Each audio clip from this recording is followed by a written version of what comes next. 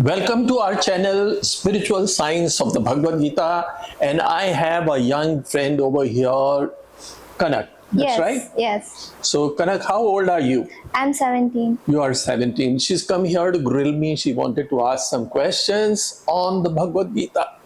So, first question from you. मेरा question ये है हाँ। कि महाभारत का युद्ध हो रहा था, तो उस युद्ध को रोककर कृष्ण जी अर्जुन जी को ज्ञान देते हैं कि ये चीज ऐसे होती है, मतलब उसके ऊपर गीता बन गई। तो ये चीज कहीं और क्यों नहीं दिया, उसी युद्ध के बीच में ही क्यों उनको बोलना था? बहुत करेक्ट बात है। तो जो सबसे इम्पोर्टेंट चीज ये है कि कम से कम इन्हें महाभारत की कहानी तो मालूम है। बहुत से लोगों ने महाभारत की कहानी ही नहीं मालूम है इस उम्र के बच्चों की, इसलिए मैं बोल रहा हूं। तो महाभारत जो है वो शुरू होती है शांतनु से। शांतनु है, गंगा है, सत्यवती है, फिर उनके पुत्र हैं विचित्रवीर, चित्रांगद, और फिर इसके बाद धृतराष्ट्र, पांडु और कौरव एंड पांडव, और कौरवों और पांडवों का जो युद्ध है यही महाभारत की पूरी कहानी है। तो इस महाभारत की जो कहानी में अलग अलग पात्र हैं, वो जब तक कहानी चल रही है तब तक आपको बड़ा इंटरेस्टिंग सा लग रहा है। अब ये पात्र हैं कौन? ये पात्र असल में कुछ और ही हैं। तो छोटी सी एक बात से समझाना चाहता हूं, वो ये कि आप अंधेरे में जा रही थी। जब अंधेरे में जा रही थी आपको एक सांप दिखा, आप जोर से चिल्लाई सांप, लेकिन किसी ने आके टॉर्च जला के देखा तो बोले यहां रस्सी पड़ी हुई है। आपको भ्रम हुआ था, आपने वहां पे सांप देखा जबकि रस्सी थी। तो कुछ इस तरह से समझ लीजिए, जो हमारी हिंदू फिलॉसफिकल थॉट है उसके अंदर पुराण है, पुराणों में कहानियां हैं। वो कहानियां आपको अट्रैक्ट करती हैं, आप कहानियां पढ़ते हैं, फिर कहानियां जब पढ़ते पढ़ते देखते हैं कि बोले इसका डीपर मीनिंग क्या है। तो वो डीपर मीनिंग, जैसे कि महाभारत का युद्ध है, उसका डीपर मीनिंग जो है वो भगवत गीता में उभर कर आता है।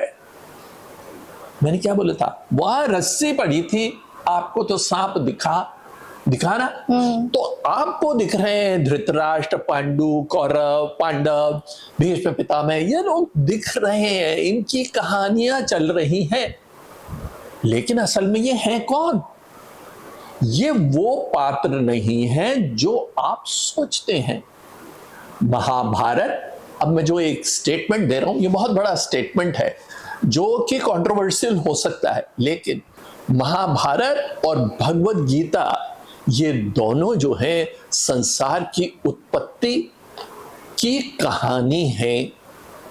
कैसे कहानी है ये, कैसी कहानी है, कैसे पात्र हैं, इन सब का विवरण जो है मैं अपनी spiritual science of the Bhagavad Gita की क्लासेस में देता हूं।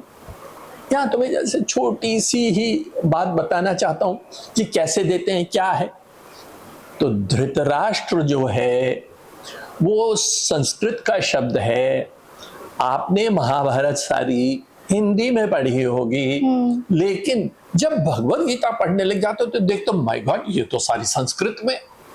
तो जो संस्कृत की शब्दावली है, उस संस्कृत के शब्दों को जब हम संधि विच्छेद करने लग जाते हैं तब हम देखते हैं अरे ये तो कुछ और ही है। तो जैसे कि शब्द है धृतराष्ट्र, तो धृतराष्ट्र जो है वो दो रूट संस्कृत के शब्दों से बना है, धृत और राष्ट्र। धृ का मतलब हो that which is holding tight, राष्ट्र मीन्स द किंगडम।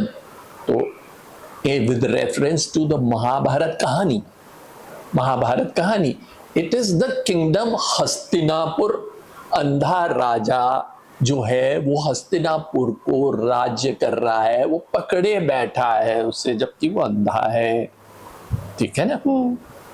मगर रियल मीनिंग यहां क्या हुआ, धृत राष्ट्र। ये राष्ट्र जो है ये शरीर है।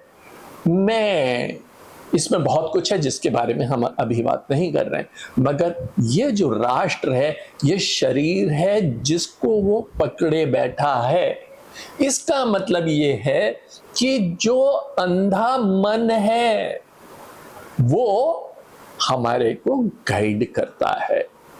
महाभारत की कहानी यहीं से, गीता की कहानी यहां से शुरू होती है और वो फिर दर्शाना शुरू करती है गीता कि कैसे जो अलग अलग पात्र हैं उनके अलग अलग रोल्स हैं और वो जीवन क्या है इसकी सारी परिभाषा, इसे कैसे जीना है वो सारी चीजें बताती हैं।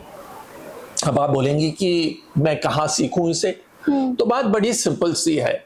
Spiritual science of the Bhagavad Gita में हमने इन कोर्सेज को चैप्टर 1 वर्स 1 से करना शुरू किया है। आप ज्वाइन कर सकते हैं। कैसे, इसका लिंक जो है वो डिस्क्रिप्शन बॉक्स में बिलो दे रखा है, मैं आपका इंतजार करूंगा।